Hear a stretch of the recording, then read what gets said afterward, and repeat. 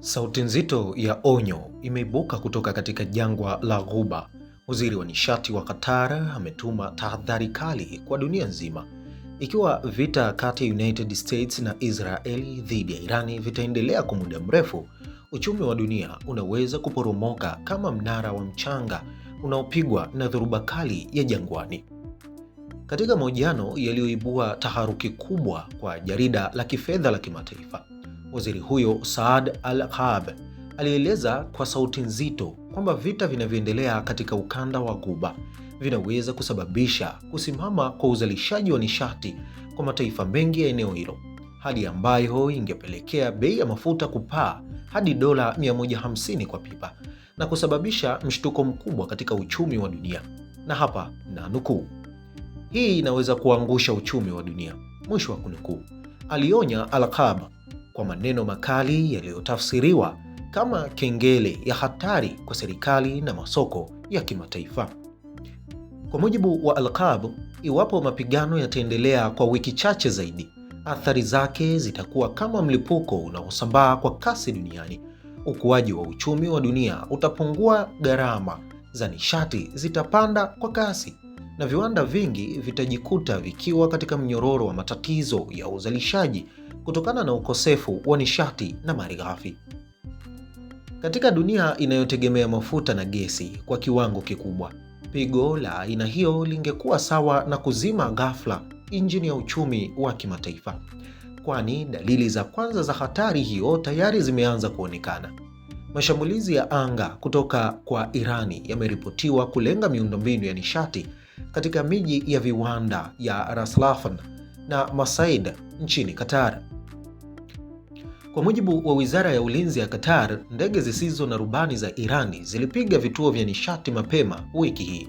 Ingawa hakuna vifo vilivyoripotiwa, tukio hilo lilitosha kusababisha taharuki kubwa katika sekta ya nishati.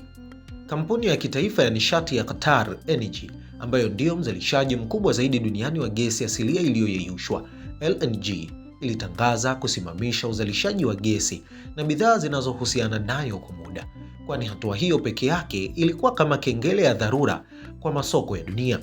Al-Ghaib alieleza kwamba ikiwa mapigano yataendelea, kampuni nyingi za nishati katika ukanda wa Ghuba zitalazimika kutumia kifungu kinachojulikana kama force majeure, kanuni ya mikataba inayoruhusu kusimamisha majukumu ya kibiashara kutokana na matukio yasiyotarajiwa kama vita, na ikiwa hali hiyo itatokea kwa wingi, usafirishaji wa nishati kutoka Ghuba kwenda duniani unaweza kusimama kwa kiasi kikubwa.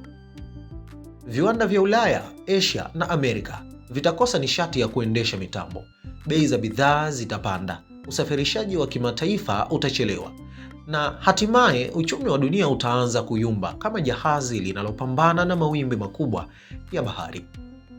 Hatari kubwa zaidi inatajwa kuwa katika njia nyembamba ya bahari inayojulikana kama Strait of Hormuz, njia muhimu inayounganisha Ghuba ya Uajemi na bahari ya wazi, huku takribani 20% ya mafuta na gesi ya dunia hupita katika mlango huo wa bahari kila siku.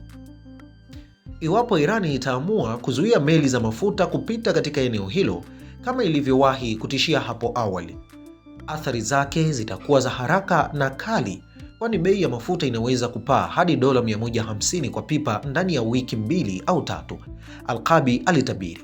Huku kwa upande wa gesi, bei inaweza kupanda hadi dola 40 kwa kila kitengo cha nishati, karibu mara 4 ya kiwango kilichokuwepo kabla ya vita kuanza. Tayari dalili za mshtuko huo zimeanza kuonekana katika masoko ya nishati.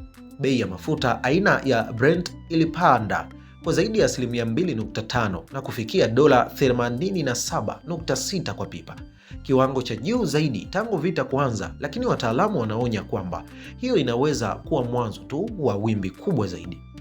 Kwa sababu katika vita vya nishati, kila bomu linalodondoka kwenye kiwanda cha mafuta linaweza kusababisha mabadiliko katika bei ya petroli katika miji ya mbali kama London, Tokyo na hata Dar es Salaam.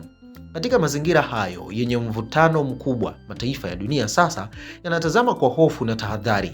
Vita vinavyoonekana kuwa vya kijeshi vinaweza kubadilika haraka na kuwa vita vya kiuchumi vinavyoathiri kila nchi duniani.